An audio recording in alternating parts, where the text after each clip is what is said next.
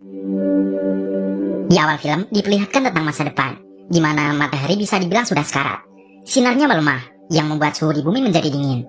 Karena sinar matahari meredup, membuat tanaman tidak bisa tumbuh, sehingga persediaan makanan bagi umat manusia tidak terpenuhi. Jika hal ini terus terjadi, maka umat manusia akan mengalami kepunahan. Kemudian ada sebuah proyek bernama Ikarus. Misi ini memiliki tujuan utama, yaitu untuk menghidupkan lagi matahari. Namun, pesawat yang digunakan dalam misi Ikarus ini hilang kontak begitu saja dan belum mencapai matahari. Pesawat Ikarus tidak diketahui keberadaannya hingga saat ini. Setelah 7 tahun kemudian, proyek Ikarus kembali melakukan misi tersebut. Inilah proyek Ikarus 2. Robert Capa sebagai ketua di sini, dan 7 kru yang lain berangkat dari bumi menuju tujuan utama mereka, yaitu matahari. Misi ini membawa bom dengan massa setara dengan Pulau Manhattan. Tujuan mereka adalah menciptakan bintang di antara bintang. Kapal ini berbentuk seperti payung. Di bagian depan ada bom yang sangat besar, dan kapal luar angkasa berisi 8 awak berada di bagian belakang dari bom tersebut. Bom yang dibawa oleh pesawat ini dibuat oleh kapal. Seorang dokter jiwa bernama Searle sedang berada di ruang observasi dan menikmati sinar matahari. Karena jarak mereka sudah hampir mencapai Merkurius, maka matahari terlihat sangat besar, dan sinarnya lebih terang daripada saat di bumi. Dengan memanfaatkan perisai matahari yang dimiliki oleh Ikarus 2, Searle mencoba menikmati matahari dengan mengurangi kompresinya. Searle menjelaskan, dirinya saat itu seperti sedang bermandikan cahaya. Menurut Searle, hal ini sangat berguna untuk tes kejiwaan.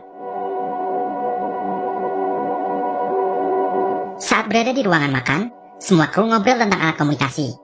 Nah, menurut info yang didapatkan, badai matahari yang akan terjadi kali ini akan lebih dahsyat dari sebelumnya yang sudah diperkirakan. Dan hal ini menyebabkan kurang dari 24 jam, mereka sudah tidak dapat mengirimkan informasi lagi ke bumi. Maka mereka terpaksa harus melanjutkan misi ini tanpa bantuan dari pusat kendali yang ada di bumi. Nah, beberapa waktu kemudian, terjadi perkelahian antara Capa dan Mes. Karena Capa terlalu lama menggunakan alat komunikasi satu-satunya di pesawat ini, sehingga Mes tidak memiliki kesempatan untuk mengirimkan pesan kepada keluarganya yang ada di bumi. Emosi menggebu-gebu yang terjadi pada Mes, kemungkinan dia stres karena terlalu lama di ruang angkasa. Kemudian Mes menjalani terapi di ruang simulasi. Dia diperlihatkan berbagai pemandangan di bumi, mulai dari lautan, hutan, dan pemandangan wanita yang sedang bermain ombak di pantai. Dengan terapi ini, keadaan Mes pun jadi lebih baik. Dan akhirnya, Mes pun meminta maaf kepada Capa. Pesawat mereka mulai masuk ke dalam orbit Merkurius. Kemudian, Casey memanggil semua kru untuk berkumpul. Mereka menikmati pemandangan matahari yang sangat luar biasa besar. Terlihat, planet Merkurius melintas tepat di depan mereka. Beberapa waktu kemudian, Harvey menginformasikan bahwa sekitar 23 jam yang lalu, dia mendapatkan sebuah transmisi pada pusat komunikasi. Padahal, seharusnya di sini, mereka sudah tidak dapat lagi mendapatkan transmisi karena adanya badai matahari. Ternyata keanehan ini terjadi karena mereka sangat dekat dengan Merkurius. Karena Merkurius banyak mengandung logam, maka secara tidak langsung Merkurius menjadi seperti antena alami, sehingga transmisi masih dapat masuk ke Ikarus 2. Menurut Harvey, transmisi ini berasal dari Ikarus 1. Hal ini menjadikan semua kru bingung. Bagaimana mungkin setelah hilang selama 7 tahun, Ikarus 1 dapat kembali dan mengirimkan transmisi ke Ikarus 2? Semua pendapat dari masing-masing kru mereka utarakan untuk menjelaskan semua kemungkinan dari peristiwa ini. Lalu, Trey mencoba memprediksi lokasi dari Ikarus 1 ini. Ide untuk menghampiri Ikarus 1 tiba-tiba muncul, karena mereka butuh alat cadangan untuk berjaga-jaga, seandainya mereka mengalami kegagalan. Kemudian juga mengumpulkan bahan makanan yang tersisa, dan tumbuh-tumbuhan untuk mendaur ulang oksigen. Mes langsung menolak usulan itu, dan meminta Kaneda sebagai kapten untuk mendukungnya. Namun Kaneda memutuskan keputusan ini kepada Capa, karena dialah yang paling memahami dan paling ahli dalam misi ini. Lalu, Capa menggunakan perhitungan matematis artificial intelligence pada pesawat ini untuk memprediksi tingkat keberhasilan misi mereka. Dan akhirnya Capa memutuskan untuk menghampiri Ikarus 1. Saat pesawat meninggalkan orbit Merkurius, alarm tiba-tiba berbunyi. Nah, ternyata terjadi kerusakan akibat kelalaian yang dilakukan oleh Trey, sehingga memaksa mereka harus keluar dari pesawat Ikarus untuk memperbaiki kerusakan. Karena Kaneda kapten dari misi ini, maka Kaneda menawarkan diri untuk keluar dari pesawat guna memperbaiki kerusakan ini. Dan untuk memperbaikinya butuh 1 orang lagi. Di sini Capa yang akan menemani Kaneda memperbaiki kerusakan ini. Mereka menggunakan pakaian khusus untuk keluar memperbaiki panel hidrolik Ikarus. Sementara itu, Casey sebagai pilot mengambil alih kendali pesawat secara manual untuk mengubah arah perisai Ikarus agar menutupi Kaneda dan Capa dari sinar badai matahari. Awalnya perbaikan ini berjalan dengan lancar. Namun, seperti yang sudah dikatakan Harvey sebelumnya, mengubah sudut perisai akan beresiko merusak beberapa bagian pesawat. Dan ternyata benar, ruang oksigen yang terdapat banyak tanaman dalam pesawat ini mengalami kebocoran, sehingga membuat ruangan ini terbakar.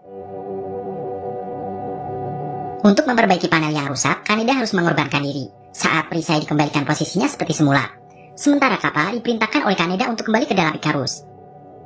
Kaneda pun tewas dalam kejadian ini.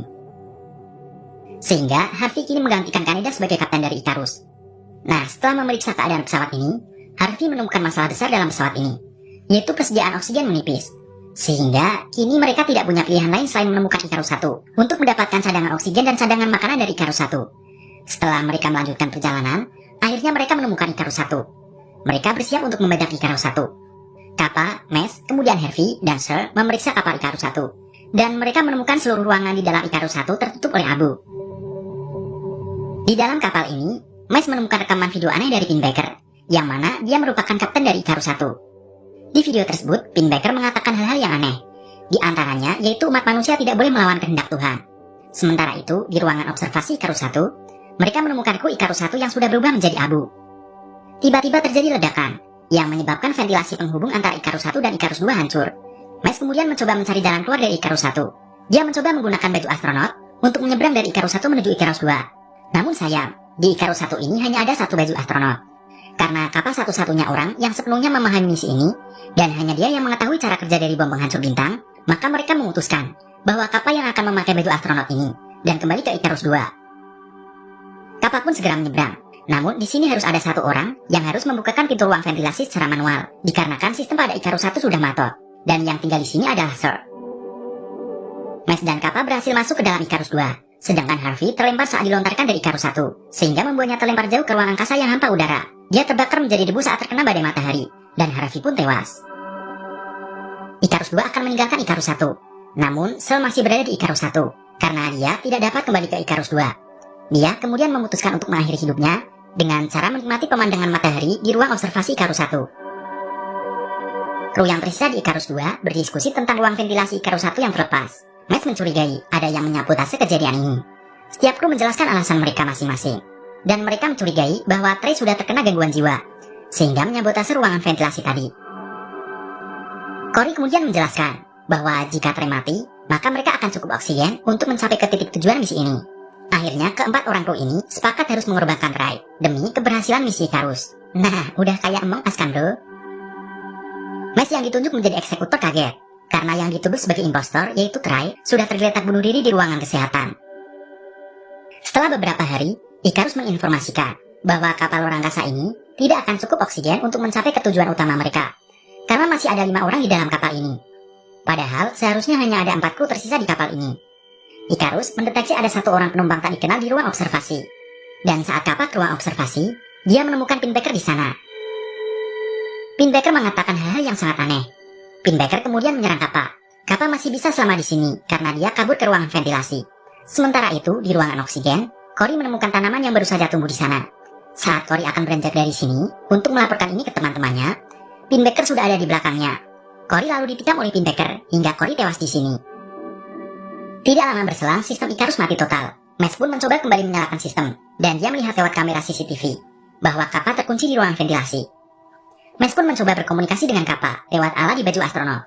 Kappa kemudian mengatakan kepada Mes bahwa di kapal ini ada Pinbacker yang mencoba menggagalkan misi ini. Mes pun menemukan panel utama sudah dirusak oleh Pinbacker. Mes kemudian menyuruh Kappa untuk mengaktifkan bom secara manual, karena untuk saat ini sistem Icarus belum pulih. Dan tidak lama setelah itu, Mes yang berada di ruangan pendingin tewas karena membeku di ruangan ini. Kappa akhirnya dapat keluar dari ruangan ventilasi. Dia kemudian memisahkan bom dengan kapal Icarus, sehingga Kappa dapat mengaktifkan pendorongnya agar bisa lebih dekat dengan matahari. Di ruangan tersebut, Kappa juga menemukan Casey yang pingsan. Namun tiba-tiba Pinbacker muncul. Kappa pun kemudian diserang oleh Pinbacker. Casey yang sudah sadar mencoba menyelamatkan Kappa dari cengkraman Pinbacker. Setelah lolos dari Pinbacker, Kappa langsung menuju ke ruangan kendali. Dan saat muatan bom sudah sangat dekat dengan matahari, Kappa berhasil mengaktifkan bom tersebut. Dan misi dari Icarus 2 pun sukses.